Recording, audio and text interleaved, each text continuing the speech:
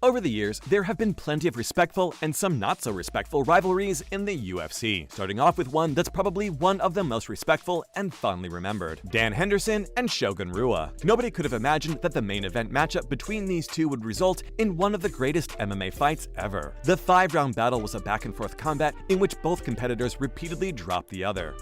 No surprise after their first war that both men have a tremendous amount of respect for each other here in round one.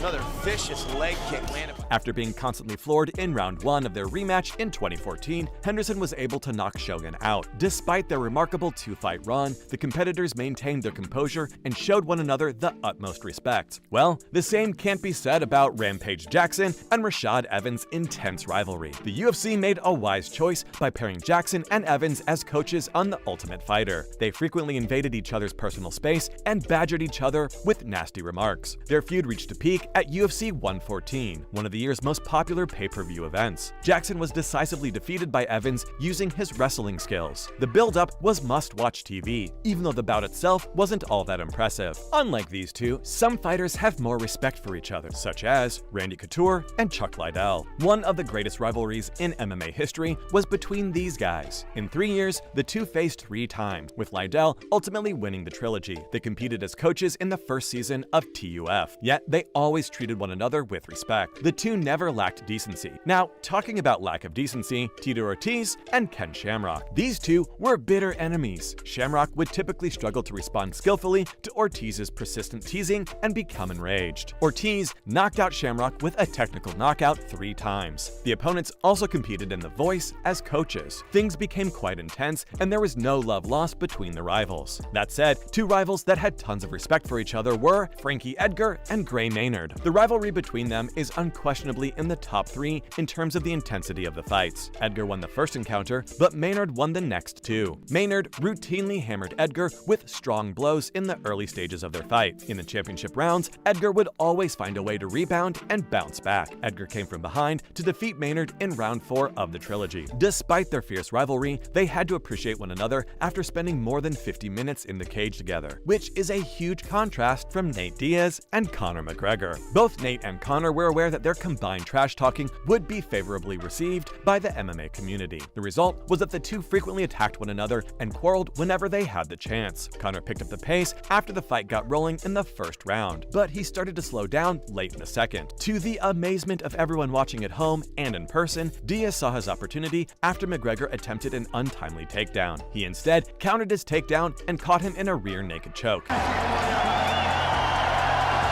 As the judges render their decision, this is the longest, causing the tap out. The UFC scheduled a second fight between McGregor and Diaz at UFC 202 in response to McGregor's quick demand for another chance to face Diaz. This time, after a barn burner of a 5-round match, McGregor was able to exact revenge for his defeat by defeating Diaz with a majority decision. Their second battle is regarded as one of the finest in UFC history and was very entertaining. Some fighters remember to be humble and respectable, even in the heat of the moment, such as Frankie Edgar and BJ Penn. Many fans were surprised by how well Edgar defeated Penn in the rematch and successfully retained his title. In their first 2 encounters, Penn was always one step ahead of Edgar. On The Ultimate Fighter 19, the two agreed to a trilogy match and competed as coaches. Both of them explicitly said that they appreciate one another and that there was no hostility between them before they even picked their opponents. Edgar gave a one-sided beating in the third battle. They are regarded as 2 of the sport's top lightweights. The same sportsmanship couldn't be seen in the fight between Anderson Silva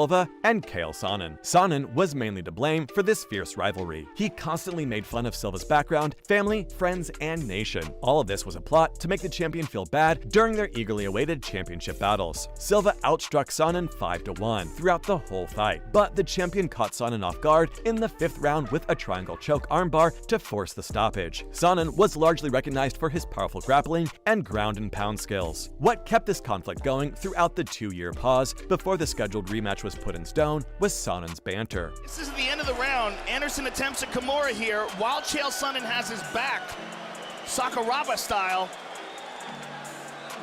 tries to... Additionally, Silva's fourth-round loss in their first fight and subsequent submission was one of the greatest comebacks in UFC history. When the two did ultimately square up, the outcome was clear-cut and swift. The biggest MMA rivalry of the late 2000s came to an end when Silva defeated Sonnen by TKO in 2 rounds. He's got his legs across. That's what's... He's tapping! It's all over! What's happening here? Anderson Silva saying he tapped. Did he tap or did he... Fortunately for Silva, despite Sonnen's potent offensive grappling, he was able to maintain composure and prevail on both occasions. Although they had a fierce rivalry back then, they get along well now, though not all competitors have the same attitude. John Jones and Daniel Cormier. The two have had a long-standing hatred for one another and have even engaged in physical violence. The conflict between Jones and Cormier at UFC 121 in 2010 began as soon as the two had their first backstage encounter. An argument between Cormier and Jones began when 23-year-old Jones offended Cormier by boasting that he could defeat him despite Cormier's Olympic wrestling experience. Both guys engaged in brutal verbal barbs and mental games. These strategies peaked at the UFC 178 pre-fight press conference when security had to intervene to prevent the two from immediately getting into a fight. Jones had to withdraw from UFC 178 due to an injury, but when he and DC did fight at UFC 182 and 214, both matches had the same outcome. Between 2015 and 2017, their rivalry produced 2 major light heavyweight championship contests. Jones won both fights against Cormier, but his second victory was overturned after a failed drug test. Although they appear to be getting along better these days, their rivalry is unquestionably regarded as one of the most fierce in MMA history. Plus, speaking of fierce rivalries, Conor McGregor and Khabib Nurmagomedov. Conor had one of the best streaks in UFC history before his encounter with Khabib. He defeated Nate Diaz at UFC 202 to avenge his lone UFC defeat, winning 8 of his first 9 fights, and winning the featherweight belt with the quickest knockout in UFC history. To attempt to win 2 divisions simultaneously at UFC 205, McGregor next turned his attention to Eddie Alvarez, the lightweight champion at the moment. Khabib and Conor had their first verbal encounter before their bout at UFC 205, which set off a remarkable social media exchange. Following his victory against Alvarez, Conor took a break, but Khabib never stopped teasing him about his refusal to fight him. Artem Lobov and Khabib got into a brawl at their hotel. Following a face-to-face remark from Conor's training partner, Khabib smacked him, infuriating McGregor. Following the slap, McGregor and a group of guys stormed the Barclays Center, demanding that Khabib appear and fight him. As soon as he said no, McGregor and his group started hurling heavy things through the bus's windows, hurting a handful of the fighters inside. It was a showdown when these two would finally face off at UFC 229. Khabib and McGregor fought in the octagon for 4 rounds, in what ultimately became the most popular pay-per-view of all time, before Khabib submitted to the Irishman with a rear naked choke. Which of these rivalries do you think were the best? Let us know in the comments below. And if you like this video, don't forget to like and subscribe, and we will see you in the next video.